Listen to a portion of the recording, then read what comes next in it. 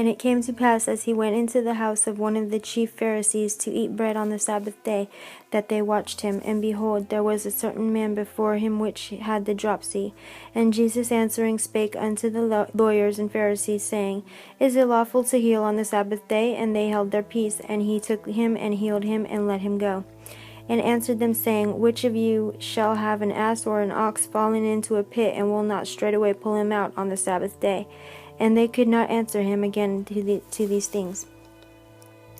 And he put forth a parable to those who were bidden, when he marked how they chose out the chief rooms, saying unto them, When thou art bidden of any man to a wedding, sit not down in the highest room, lest a more honorable man than thou be bidden of him.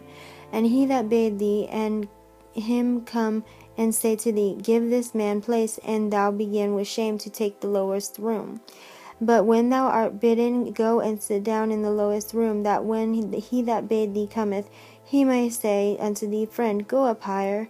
Then shalt thou have worship in the presence of them that sit at meat with thee. For whosoever exalteth himself shall be abased, and he that humbleth himself shall be exalted. Then said he also to him that bade him, When thou makest a dinner or a supper, call not thy friends, nor thy brother, neither thy kinsmen, nor thy rich neighbors, lest they also bid thee again, and a recompense be made thee. But when thou makest a feast, call the poor, the maimed, the lame, the blind, and thou shalt be blessed, for they cannot recompense thee, for thou shalt be recompensed at the resurrection of the just. And when one of them that sat at meat with him heard these things, he said unto him, Blessed is he that shall eat bread in the kingdom of God. Then said he unto him, A certain man made a great supper, and bade many, and sent his servant at supper time to say to them that were bidden, Come, for all things are now ready.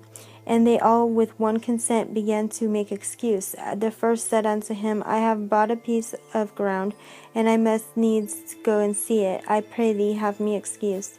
And another said, I have bought 5 yoke of oxen, and I go to prove them. I pray thee, have me excused. And another said, I have married a wife, and therefore I cannot come. So that servant came and shewed his lord these things. Then the master of the house, being angry, said to his servant, Go out quickly into the streets and lanes of the city, and bring in hither the poor, and the maimed, and the halt, and the blind. And the servant said, Lord, it is done as thou hast commanded, and yet there is room. And the Lord said unto the servant, Go out into the highways and hedges,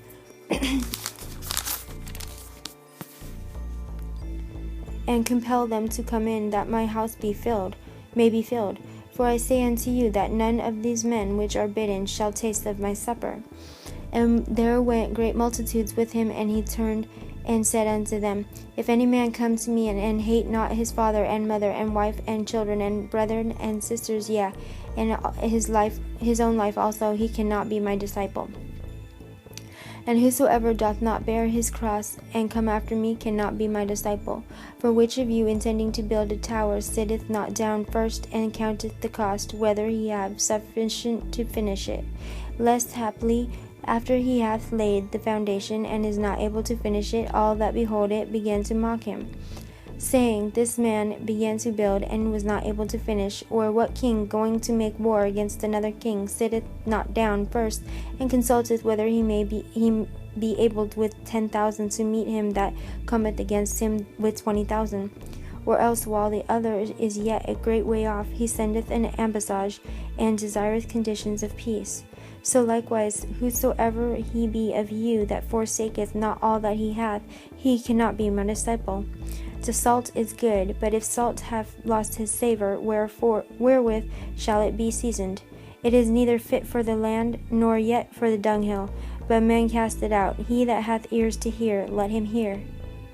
End of St. Luke chapter 14.